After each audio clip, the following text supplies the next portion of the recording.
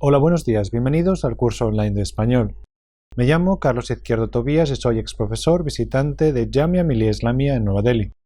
Ahora nos encontramos en el módulo 24 del paper 7 que se titula La enseñanza del español como lengua extranjera y que fue preparado por la doctora Alka Jaspal y la profesora Rini Ghosh, profesoras en el área de L.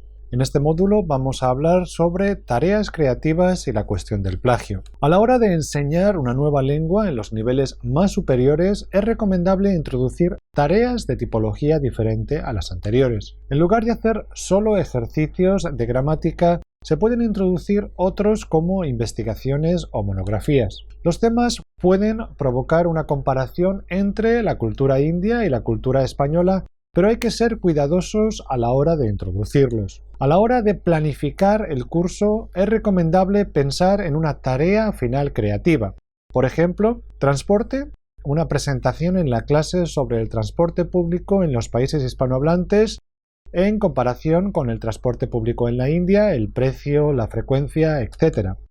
¿Qué modo de transporte prefieren los alumnos y por qué? La gastronomía puede ser una presentación de una escena en un restaurante con pósters y menús diseñados en la lengua. Se puede preparar un folleto o incluso se puede hablar de platos que sean interesantes. Un punto clave a tener en cuenta es la honestidad académica.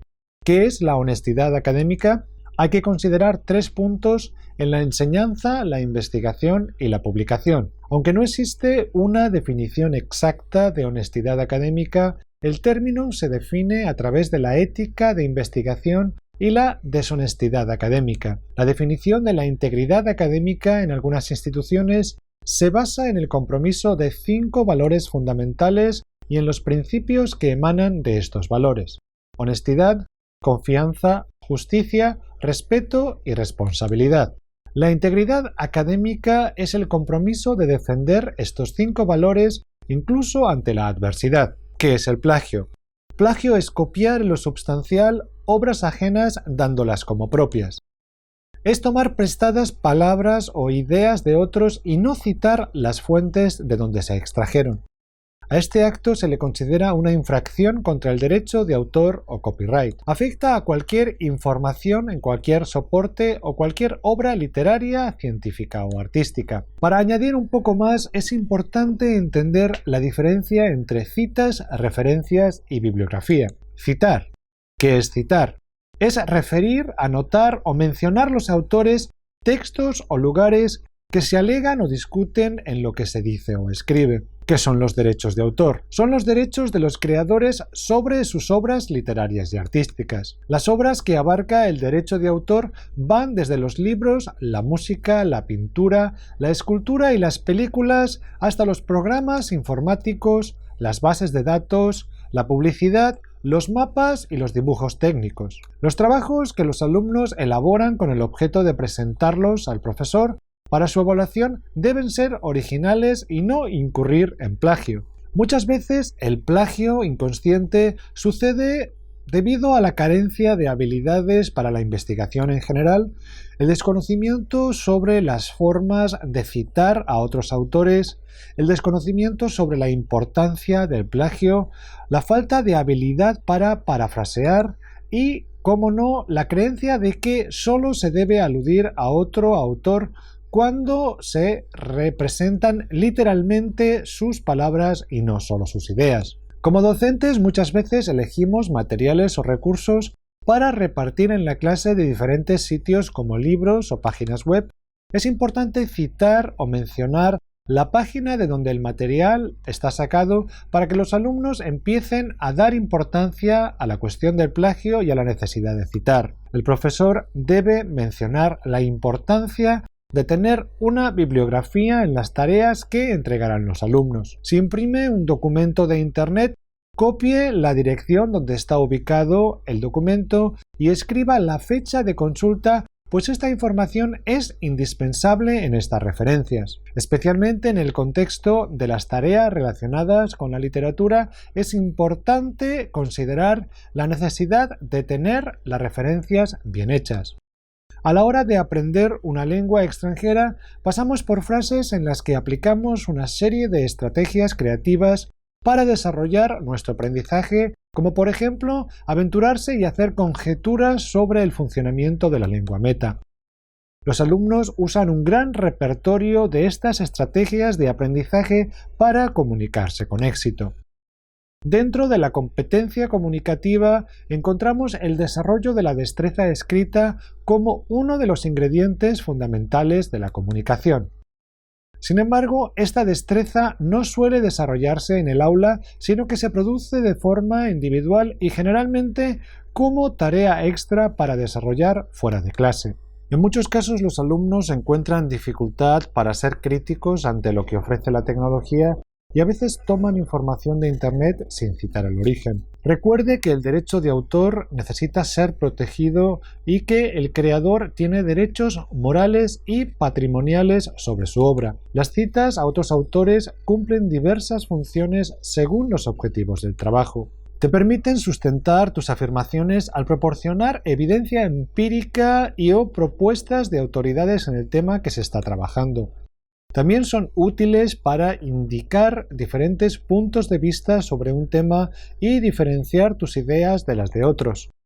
Hay varias maneras de hacer referencias: cita directa o textual, paráfrasis o resumen. En el caso de la referencia tomada de un libro, si el libro fue escrito por dos autores, se escriben nombres y apellidos unidos por la conjunción y en el idioma en el que esté escrito el libro. Vemos aquí un ejemplo. Si solo se consultó un volumen, se cita el número del volumen consultado precedido de la letra V y las páginas correspondientes. La capacidad de citar debidamente las fuentes es un elemento clave de la práctica académica y el intercambio intelectual.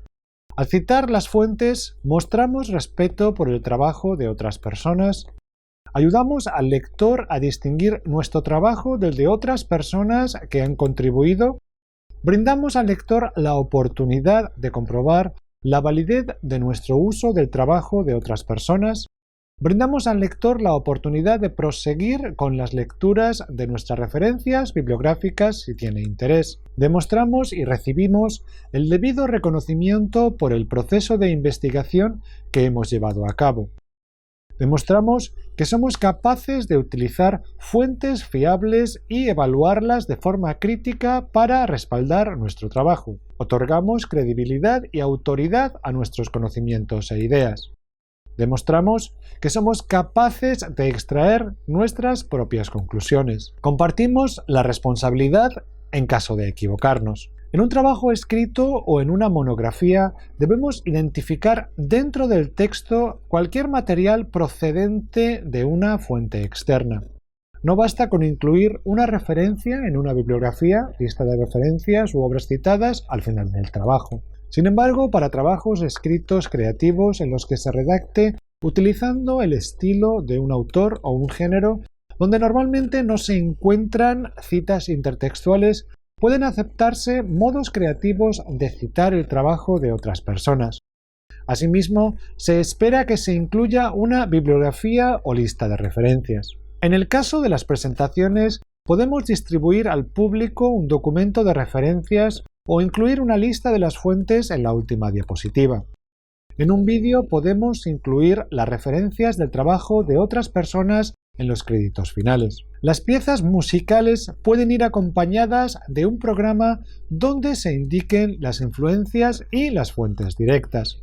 Las obras de arte expuestas pueden incluir etiquetas o leyendas. Cuando se citen entrevistas, opiniones verbales o correspondencia personal, se deben presentar como notas a pie de página señaladas con un asterisco, no con un número como es el caso de las citas para otro tipo de fuentes. En la nota a pie de página se incluye la siguiente información: forma como se obtuvo la información, nombre de la persona que la suministró, cargo u oficio, ciudad y fecha en que se obtuvo. Las fuentes se citan de manera distinta en un comunicado de prensa o en un artículo de revista, una obra de ficción, una obra de arte o una interpretación musical, una presentación de diapositivas, un videoclip o una transmisión de radio. En estos y otro tipo de trabajos, lo importante es que seamos honestos y citemos de algún modo nuestras fuentes e influencias. En los escritos académicos y en cualquier trabajo presentado para la evaluación, No solo es necesario citar debidamente las fuentes, sino que además es importante utilizar un formato coherente al hacerlo. Recomendaciones para seguir la honestidad académica en las instituciones de L. 1. Disponer de una clara política institucional y procedimientos. La política de probidad académica puede redactarse de tal manera que una los antecedentes culturales y educativos de los alumnos, recoja las habilidades de investigación y de elaboración de citas que el colegio valora y entiende, y oriente a los alumnos sobre el modo de cómo el colegio espera que se cumplan las expectativas de la institución en lo que se refiere a probidad académica. Para los alumnos es importante comprobar que sus profesores, coordinadores y el equipo directivo del colegio valoran la probidad académica y disponen de una política de probidad académica que todos los alumnos y miembros del personal entiendan claramente y sean capaces de transmitir. Para los alumnos es importante comprobar que sus profesores, coordinadores y el equipo directivo del colegio valoran la probidad académica y disponen de una política de probidad académica clara. 2. Centrarse en la simplicidad y la claridad a la hora de orientar a los alumnos. 3. Centrarse fundamentalmente en la enseñanza de habilidades, no en vigilar la aplicación de las normas. 4. Buscar formas de discutir y compartir buenas prácticas dentro de la institución mediante el desarrollo profesional del personal y la planificación de los programas. Los profesores desempeñan un papel muy importante a la hora de imponer la filosofía de honestidad académica. 1. Se ponen de acuerdo en temas y títulos para las monografías de los alumnos que sean más difíciles de encontrar, copiar o falsificar. Por ejemplo, los temas recientes, locales, concretos e individuales fomentan la síntesis y autoría evaluativa y el uso de una teoría específica de un conjunto de datos primarios o de un recurso concreto que puede limitar el uso de los textos ya preparados. 2. Enseñan habilidades de estructura académica. A medida que los alumnos van creándose su propia comprensión de un tema, utilizan el trabajo de otras personas como prueba en las que apoyarse. El centro de atención debe estar en la erudición, no en el plagio. Las citas pueden mostrar la ascendencia sobre la información, pueden mostrar su credibilidad o su precisión si se puede seguir la información hasta la fuente. Las citas muestran el uso correcto de la terminología, pueden mostrar la profundidad con la que el alumno ha investigado el tema o pueden indicar lo que el autor eligió incluir o excluir, suponiendo que el lector tenga conocimiento sobre el tema. A la hora de entregar las tareas, el profesor debe animar a los alumnos a que las entreguen con una bibliografía y que citen las referencias de un tema elegido. 3. Crear procedimientos para manejar los casos de engaño deliberado, especialmente aquellos relacionados con el plagio y la colusión, que incluyan los castigos que serán aplicables y cómo se decide el castigo. Las 3 formas principales de citar dentro del texto son las siguientes. 1. Autor. Se cita con una frase introductoria o bien se cita entre paréntesis indicando el apellido del autor, el número de la página de la que se ha extraído la cita o paráfrasis si corresponde. 2. Autor y fecha.